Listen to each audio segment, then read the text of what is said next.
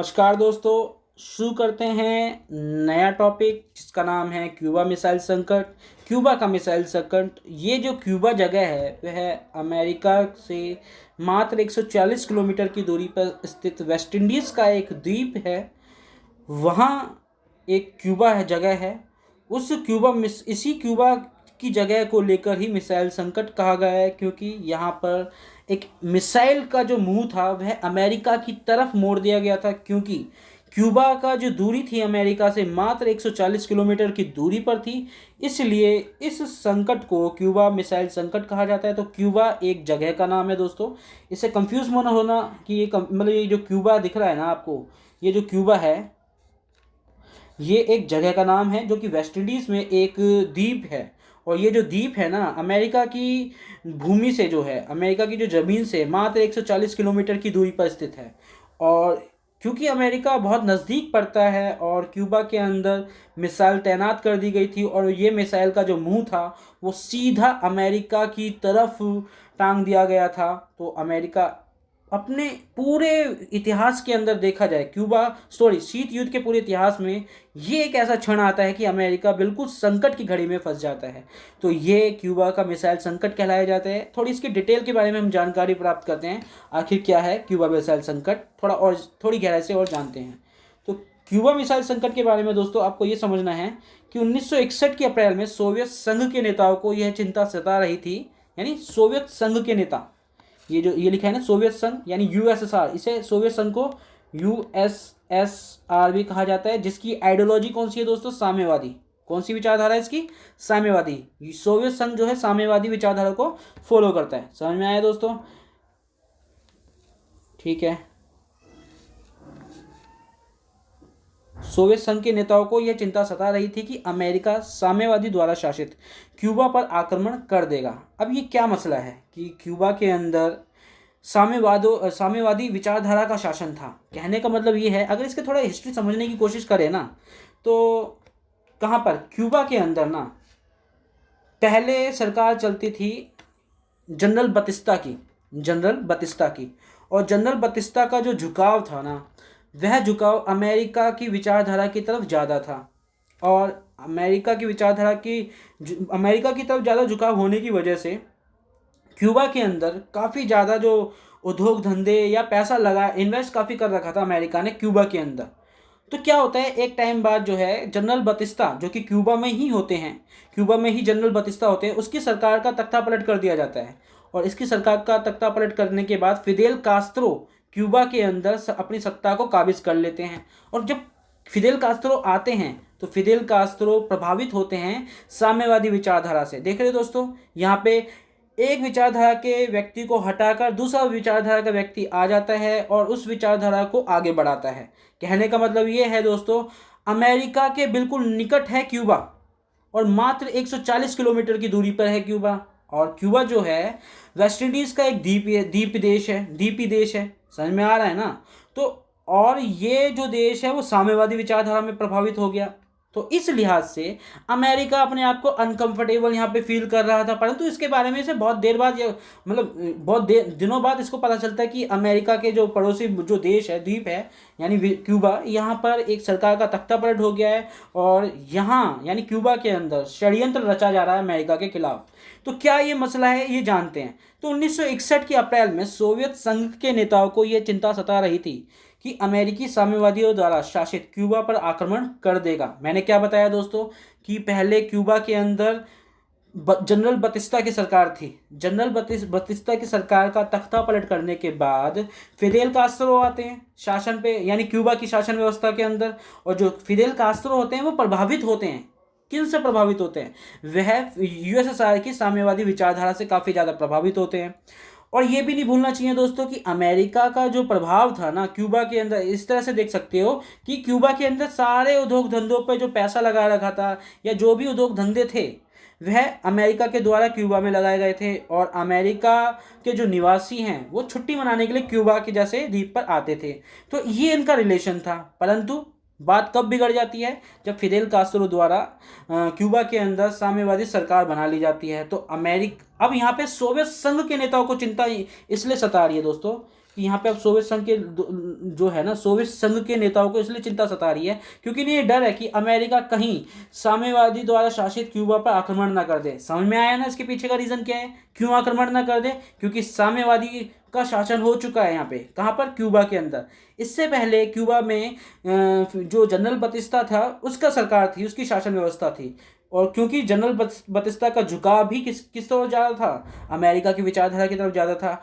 America में सबसे बड़ी बात ये थी कि क्यूबा में जो पैसा लगा हुआ था, क्यूबा में जो उद्योग धंधे लगे हुए थे, वह सब अमेरिका का लगा हुआ था। तो इन सब परेशानियों को देखते हुए सोवियत संघ यानी यूएसएसआर के नेताओं को एक चिंता तो सता ही रही थी कि भाई कहीं ना कहीं अमेरिका हमसे बदला लेगा या आक्रमण कर देगा हमारी इस कंडीशन को लेकर। तो वो चिंता तो हो रही है ना यहाँ पे। यहाँ तक बात समझ में आ गई होगी, उम्मीद करता हूँ समझ में आ रहा होगा। तो साम्यवादियों द्वारा शासित क्यूबा पर आक्रमण कर देगा और इस देश के राष्ट्रपति फिदेल कास्त्रो का तख्तापलट हो जाएगा। दोस्तों मैंने बताया ना कि फिदेल कास्त्रो जो है यहाँ पर यानी क्यूबा के अंदर अपनी शासन व्यवस्था स्थापित कर लिया था उसने फिदेल कास्त्रो के द्वारा। और फिदेल कास्त्रो जो है यूएसएसआर की विचारधारा से काफ़ी ज़्यादा प्रभावित था, तो इसलिए यूएसएसआर को काफ़ी ज़्यादा डर सता रहा था कि अमेरिका हम पर आक्रमण कर देगा। तो इसके पीछे का रीज़न समझ में आ गया। ओके, आगे बढ़ते हैं। तो फिदेल कास्त्रो का तख्तापलट हो जाएगा, क्यूबा के हो तो मतलब कास्त्रो को तख्तापलट हो जाएगा, इसलिए साम्यवादियों को काफ़ी ज़्यादा डर सता रहा था। क्यूबा अमेरिका के तट से लगा हुआ एक छोटा सा द्वीपीय देश है, जैसे मैंने बता ही दिया है दोस्तों।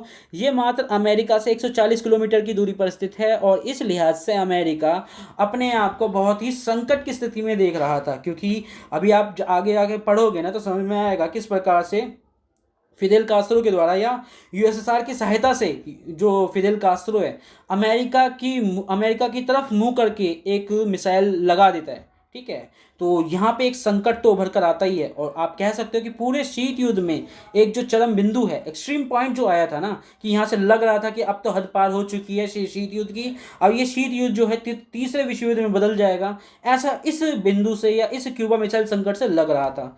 तो यहाँ पे एक छोटा सा तो द्वीप देश था ही था, कौन सा? ये क्यूबा का। तो क्यूबा का जुड़ाव सोवियत संघ से था और सोवियत संघ उसे कूटनीतिक तथा वित्तीय सहायता देता था। जाहिर सी बात है, अगर अमेरिका को कंट्रोल करना है यूएसएसआर को, तो जाहिर सी बात है यूएसएसआर कहाँ पर है, अमेरिका कहाँ पर है? तो सोवियत संघ ऐसे देशों को देख रहा था जो अमेरिका के पड़ोसी मुल्क हों, तो इसलिए उसे क्यूबा दिखा और वहाँ पे उसने अपनी शासन व्यवस्था स्थापित कर दी। और कहीं ना कहीं वह वहाँ से ही बैठे यानी यूएसएसआर अपने देश से बैठे बैठे यूएसएसआर अमेरिका को परेशान कर सकता है। तो यही घटना यहाँ पे दिख रही है आप लोगों को। दोस्तों समझ में आ रहा है ना आप लोगों को? ठीक है, आगे बढ़ते हैं। तो सोवियत संघ के जो नेता थे उनका नाम क्या है बेटा? निकिता क्रुश्चेव। बेटा ये कोई लेडी नहीं है, ठीक है, मेल हैं, पुरुष हैं, और ये उस समय सोवियत संघ के नेता हुआ करते थे। तो उन्होंने क्यूबा को रूस के सैनिक अड्डे के रूप में बदलने का फैसला किया। क्या फैसला लिया? ये अपने आप में बहुत ही ज़्यादा मतलब अचंभा करने वाला एक फैसला था कि सोवियत संघ का जो सोवियत संघ के यानी यूएसएसआर के जो नेता हैं क्रुश्चेव, वो चाहते हैं कि क्यूबा को एक सैनिक अड्डा बना दिया जाए। अब सैनिक अड्डे समझ में आ रहा है ना? ऐसे मान के चलो जैसे अमेरिका ने नाटो बनाया, सीटो बनाया, सेंटो बनाया, इसके बारे में हम आगे जाके पढ़ेंगे। तो उसी प्रकार यूएसएसआर भी सोच रहा था कि क्यूबा को भी हम सैनिक अड्डा बनाएंगे। तो ये इनका फैसला कहाँ तक सही साबित होता है आगे जाके देखते हैं। तो यहाँ पे सैनिक अड्डे के रूप में बदलने का फैसला लिया था। ठीक है, बदलने का फैसला किया। 1962 में खुश्चेव ने क्यूबा में परमाणु मिसाइल तैनात कर दी थी। देखो क्यूबा में परमाणु मिसाइल तैनात कर दी गई है और इस परमाणु मिसाइल, देखो परमाणु मिसाइलें बच्चे बहुत अपने आप में एक बड़ी बात है। ये मिसाइल कोई अन्य कोई मिसाइल नहीं है, ठीक है। इसमें ये मिसाइल जो है एक परमाणु मिसाइल है। और शीत युद्ध एक तरह से शीत युद्ध तक ही सीमित क्यों रहा? ये भी बड़ा अच्छा क्वेश्चन है बच्चों। एक क्वेश्चन ये भी बन सकता है कि शीत युद्ध सिर्फ शीत युद्ध तक सीमित ही क्यों रहा? क्योंकि इसके पीछे का मुख्य कारण था परमाणु। क्योंकि अमेरिका और यूएसएसआर दोनों ही समान तौर पर हथियार में देखा जाए, हथियारों की दृष्टि से देखा जाए तो दोनों ही समान तौर पर एक जैसी शक्ति रखते थे। तो अमेरिका भी परमाणु संपन्न देश और क्या कहते हैं यूएसएसआर यानी सोवियत संघ भी परमाणु संपन्न देश। अगर किसी भी परिस्थिति में यहाँ पे युद्ध होता है तो युद्ध का परिणाम किसी के भी पक्ष में नहीं निकलेगा। अगर आप कल्पना कीजिए युद्ध हो रहा है और इसमें मतलब अमेरिका और यूएसएसआर के बीच में युद्ध हो जाता तो आप ये थोड़ा सोचने की कोशिश करो कि दोनों की समान शक्तियां हैं, तो दोनों एक दूसरे को ही नुकसान पहुंचाएंगे। कोई यहाँ पे रिजल्ट नहीं निकल कर आएगा कि अमेरिका जीत गया या सोवियत संघ जीत गया। तो यहाँ पर तो ये सवाल उठता ही नहीं है कि यहाँ पे कौन जीतेगा। हाँ, ये सवाल जरूर उठता है कि यहाँ पर बर्बादी जो है पूरी दुनिया को उठानी पड़ती, क्योंकि परमाणु हथियारों की जो मार है पूरी मनुष्य जाति को ही पड़ती है। और ऐसा एग्जाम्पल आपने 1945 के अंदर देखा होगा कि 6 अगस्त और 9 अगस्त को जब अमेरिका ने परमाणु बम गिरे थे तो हिरोशिमा नागासाकी पूरी तरह से बर्बाद हो गया था, पूरी तरह से लोग मारे गए थे, एक क्षण के अंदर ही सब लोग समाप्त हो गए थे, सब लोगों की जीवन लीला समाप्त हो गई थी। तो परमाणु युद्ध होना अपने आप में ही एक बड़ा मतलब एक बुरा एक दिशा दिखाती है कि अगर युद्ध आगे बढ़ता है, अगर संकट से आगे बढ़ता है तो वो युद्ध का रूप लेता, और युद्ध होता तो परमाणु उसमें इस्तेमाल ना होते तो ये हो ही नहीं सकता था। इसलिए यहाँ पर परमाणु जो मिसाइलें हैं ना, वो कहीं ना कहीं दोनों देशों के बीच में संतुलन पैदा करते हैं। अब किस प्रकार से संतुलन पैदा करते हैं ये तो समझदारी पे ही पता चलता है, क्योंकि दोनों देश जो हैं समझदारी से इस जो संकट है, जो क्यूबा मिसाइल संकट है, इस पर बात करते हैं, इसको समझाने की कोशिश करते हैं, ठीक है। और यहाँ पे निकिता खुश्चेव बाद में अपने फैसले को वापस ले लेते हैं और क्यूबा को जो सैनिक अड्डा बनाने की जो उनकी प्लानिंग थी वो उससे वापस हो जाते हैं, पीछे हो जाते हैं। तो कहने का मतलब समझदारी का ही फैसला आता है, इसमें ये नहीं कह सकते कि यहाँ पे डरपोक किस्म की बातें थी या उनके अंदर जो उनका जो नेचर है वो कायरता दिखाई थी, ऐसा कुछ नहीं है। यहाँ पे समझदारी का ही एक फैसला था उस समय के अंदर, जो क्या कहते हैं उन्होंने लिया था फैसला निकिता खुश्चेव के द्वारा। तो अगर आगे बढ़ते हैं दोस्तों कि इन हथियारों की तैनाती से पहली बार अमेरिका जो है नज़दीकी निशाने की सीमा में आ गया था। जाहिर सी बात है 140 किलोमीटर की दूरी पर है अमेरिका क्यूबा से, और ज़्यादा दूर नहीं था अमेरिका क्यूबा से। तो इसलिए पहली बार देखा जाए तो अमेरिका बहुत ही पास में था, संकट में, ठीक है, संकट में भी था और निशाने के में भी बिल्कुल पास था। तो अमेरिका यहाँ पे तो बिल्कुल संकट में हो ही जाएगा। समझ में आ रहा है ना दोस्तों? ठीक है, आगे बढ़ते हैं। तो हाँ, तो तैनाती से पहली बार अमेरिका नज़दीकी निशाने की सीमा में आ गया था। हथियारों की इस तैनाती के बाद सोवियत संघ पहले की तुलना में अब अमेरिका के मुख्य भूभाग के लगभग 2 गुना ठिकानों या शहरों पर हमला बोल सकता था। जाहिर सी बात है यूएसएसआर को ना एक बढ़त मिल गई थी, क्योंकि जो क्यूबा है वो अमेरिका के बहुत नज़दीक है और वो दूर से बैठे बैठे यूएसएसआर दूर से बैठे बैठे अमेरिका को बहुत सारा नुकसान पहुंचा सकता है। इसे दोस्तों एक शब्द में भी बता सकते हैं, जियोपॉलिटिक्स भी कहा जाता है, इसे भू राजनीति भी कहा जाता है। समझ में आ रहा है ना दोस्तों कि किस प्रकार से किसी जमीन का इस्तेमाल करके दुश्मन देश के खिलाफ इस्तेमाल किया जा सकता है या उसके संसाधनों का इस्तेमाल अपने हित के लिए लगाया जा सकता है। तो इसे भू राजनीति भी कहते हैं और आगे के लेसनों के अंदर ये ऐसा शब्द मिलेगा भी, क्योंकि यहाँ से उसके और एक इशारा मिल रहा है कि ऐसी जो घटनाएं होती है वो भू राजनीति की ओर भी इशारा करते हैं। तो कहने का मतलब अमेरिका के मुख्य भूभाग के लगभग 2 गुना ठिकाने या शहरों पर हमला बोल सकता था। यानी यूएसएसआर अपने यूएसएसआर में बैठे बैठे अमेरिका को बहुत ज़्यादा नुकसान पहुंचा सकता था, क्योंकि यूएसएसआर के कंट्रोल में क्यूबा जैसा द्वीपीय देश था जो कि वेस्ट इंडीज़ का एक बड़ा द्वीप था। समझ में आ रहा है दोस्तों? आगे बढ़ते हैं। क्यूबा में सोवियत संघ द्वारा परमाणु हथियार तैनात करने की भनक अमेरिका को 3 हफ्ते बाद लगी थी। 3 हफ्ते का मतलब 21 दिन बाद। यानी अमेरिका को जानकारी थी नहीं। यानी 3 हफ्ते बीतने के बाद अमेरिका को पता चलता है कि हाँ, हम संकट की स्थिति में या हम संकट में हैं, हमारी जो अमेरिका की जो राष्ट्रीय सुरक्षा है वो इस समय खतरे में है। तो अमेरिकी राष्ट्रपति जॉन एफ कैनेडी, दोस्तों ध्यान रखना, जॉन एफ कैनेडी और उनकी सलाहकार ऐसे कुछ भी करने से हिचकिचा रहे थे जिससे दोनों देशों के बीच परमाणु युद्ध शुरू हो जाए। जाहिर सी बात है, मैं फिर से उन्हीं चीज़ों को रिपीट करना चाहूँगा जो मैंने बताया था कि ये ये हथियार ऐसे हैं जो कि परमाणु से लैस हैं।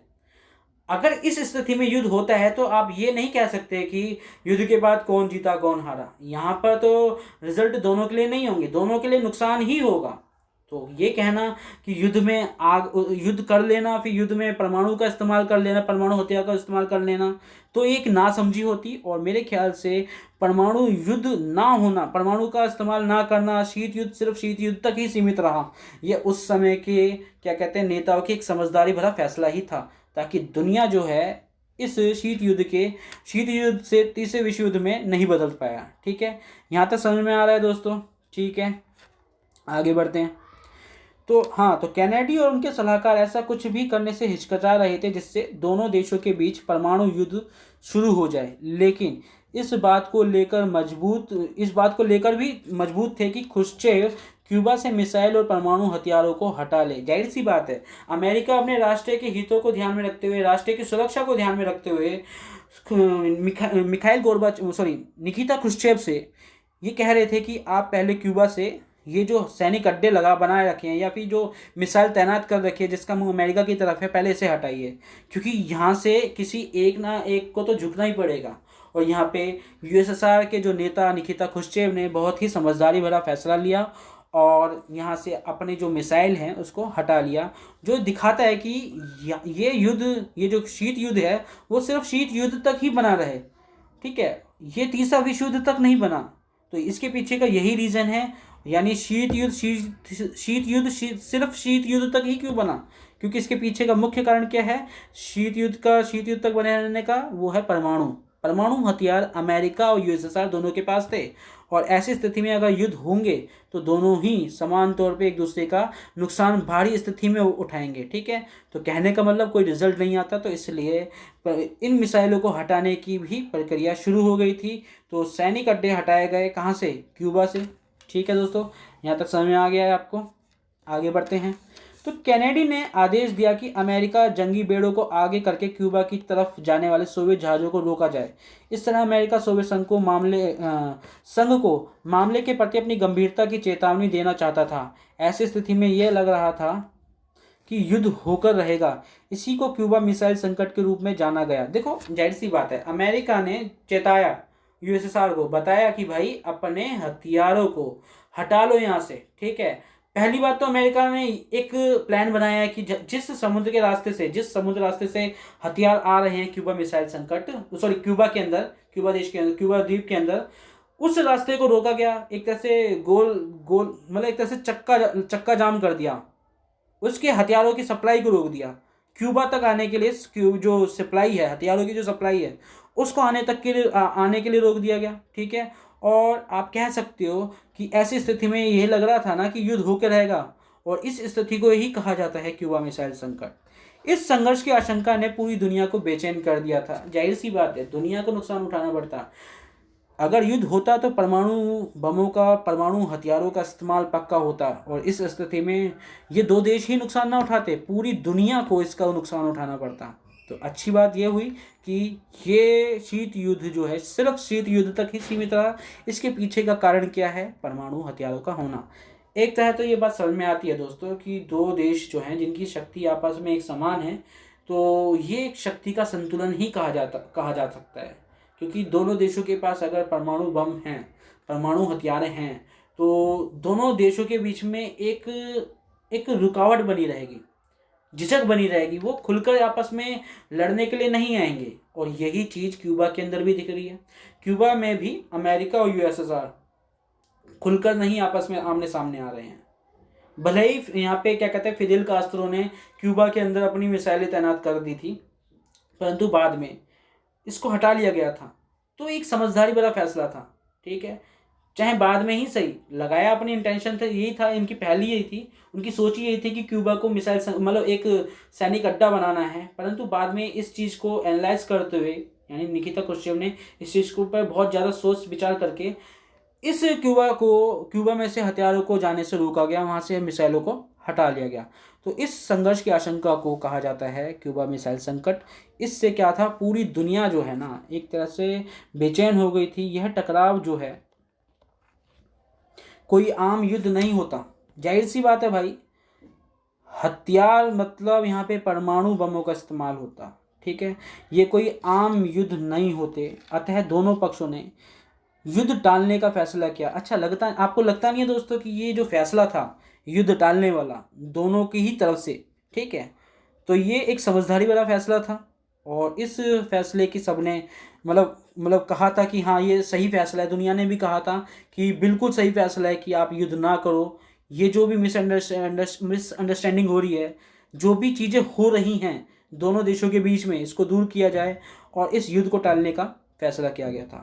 और दुनिया ने चैन की सांस ली। जाहिर सी बात है, अगर युद्ध हो जाता, जो तांडव प्रथम विश्व युद्ध और द्वितीय विश्व युद्ध में हुआ था उससे कहीं ज़्यादा बढ़कर तीसरे विश्व युद्ध में होता अगर शीत युद्ध अपनी सीमाएं लांघकर तीसरे विश्व युद्ध में अपना रूप बदल लेता।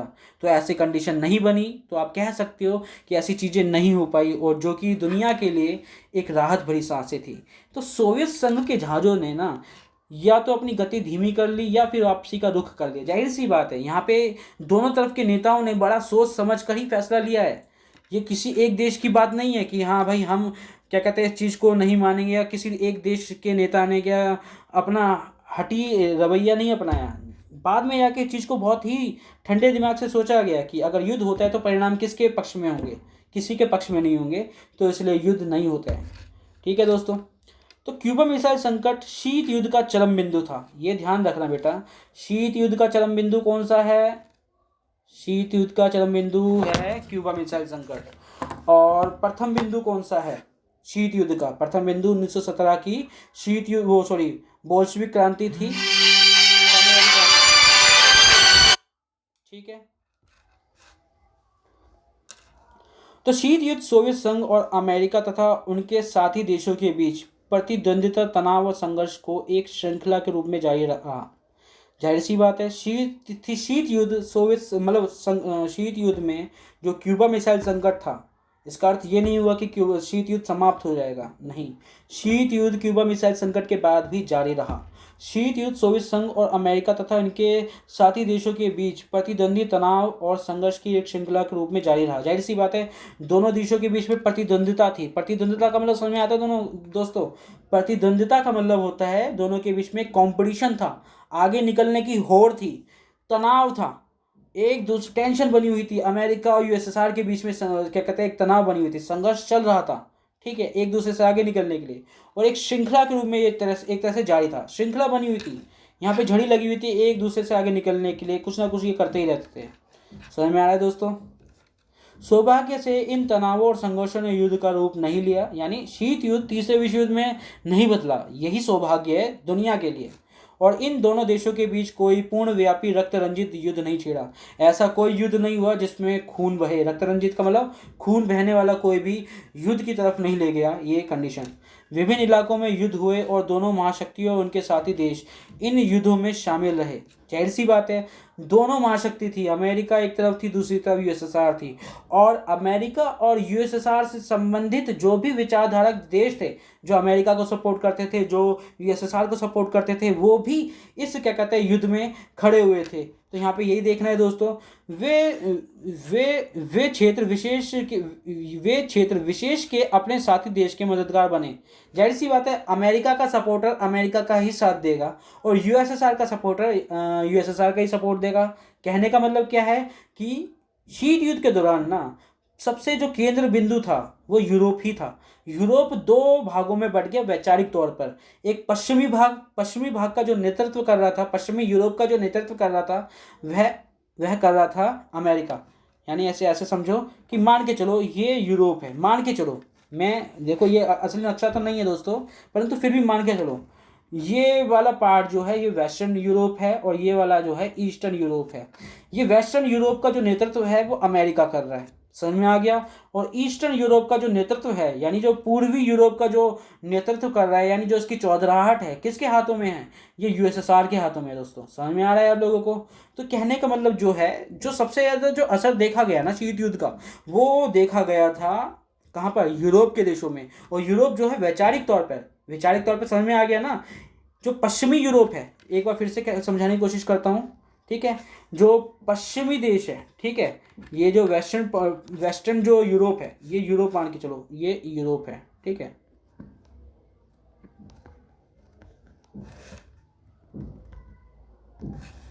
ये यूरोप है, ठीक है, ये यूरोप है, ये पश्चिमी यूरोप और ये पूर्वी यूरोप, ठीक है। अब पश्चिमी यूरोप का तो नेतृत्व कर रहा है अमेरिका, और अमेरिका की आइडियोलॉजी कौन सी है? पूंजीवादी। समझ में आ रहा है दोस्तों? और पूर्वी यूरोप का, ये पूर्वी यूरोप है बच्चे, ये पूर्वी यूरोप है, ठीक है, ये पश्चिमी यूरोप है। ये पूर्वी यूरोप का जो नेतृत्व कर रहा है यूएसएसआर। और यूएसएसआर की कौन सी आइडियोलॉजी है? यूएसएसआर की आइडियोलॉजी है, यानी विचारधारा है साम्यवादी विचारधारा। यूएसएसआर की जो विचारधारा साम्यवादी है, और अमेरिका की विचारधारा कौन सी है बच्चों? अमेरिका की विचारधारा पूंजीवादी है। तो इस प्रकार से आप देखते हो जो ये पूरा यूरोप जो है ना, ये जो यूरोप है एक तरह से दो भागों में बंटा हुआ दिखेगा, ठीक है, एक पश्चिमी एक पूर्वी। पूर्वी भाग का जो नेतृत्व है, यानी पूर्वी भाग को किसने संभाल रखा है, यूएसएसआर ने संभाल रखा है। पूर्वी भाग पूरी तरह से सपोर्ट किसका करता है, यूएसएसआर का करता है। जबकि पश्चिमी यूरोप का कौन कौन सपोर्ट करता है, पश्चिमी यूरोप किसको सपोर्ट करता है, अमेरिका को करता है। अब अमेरिका को सपोर्ट करता है पश्चिमी यूरोप, तो यानी पश्चिमी यूरोप में पूंजीवादी विचारधारा का काफ़ी बोलबाला है। जबकि अगर हम देखते हैं पूर्वी यूरोप के बारे में, तो पूर्वी यूरोप में साम्यवादी विचारधारा काफ़ी ज़्यादा है। समझ में आ रहा है दोस्तों? मैं समझता हूँ यहाँ से चीज़ें समझ में आ रही होंगी कि किस प्रकार से यूरोप, देखो पहली बात एक बार फिर से रिमाइंड कर रहा हूँ, पहला विश्व युद्ध का असर कहाँ ज़्यादा सबसे ज़्यादा देखा गया, कहाँ पे देखा गया, यूरोप के अंदर। दूसरा विश्व युद्ध का भी सबसे ज़्यादा असर कहाँ देखा गया, यूरोप के अंदर देखा गया। अब शीत युद्ध भी देख रहे हो तो आप देख रहे हो कि सबसे ज़्यादा असर कहाँ देखा गया, शीत युद्ध का सबसे ज़्यादा असर देखा गया यूरोप के अंदर। तो यूरोप एक ऐसी धरती बन गई थी जिसने दो विश्व युद्ध तो झेले ही झेले, साथ साथ शीत युद्ध भी झेला। अब इसका अर्थ ये नहीं है कि शीत युद्ध सिर्फ और सिर्फ यूरोप तक ही सीमित था, दुनिया के बाकी हिस्सों में भी था। जैसे एशिया के अंदर था, भारत का जो पड़ोसी मुल्क, यानी भारत हमारा जो पड़ोसी मुल्क है पाकिस्तान, वह भी अपनी सुरक्षा की गारंटी के लिए कहाँ चले गया था, वह भी अमेरिका के साथ मिल चुका था, अमेरिका के सैनिक संगठन में मिल गया था। उससे भारत से खतरा था, अपनी सुरक्षा के लिहाज से वह अमेरिका की विचारधारा में शामिल हो गया था। तो दोस्तों आपको समझ में आ ही रहा होगा कि क्या मसला है यहाँ पे। ठीक है, आगे बढ़ते हैं।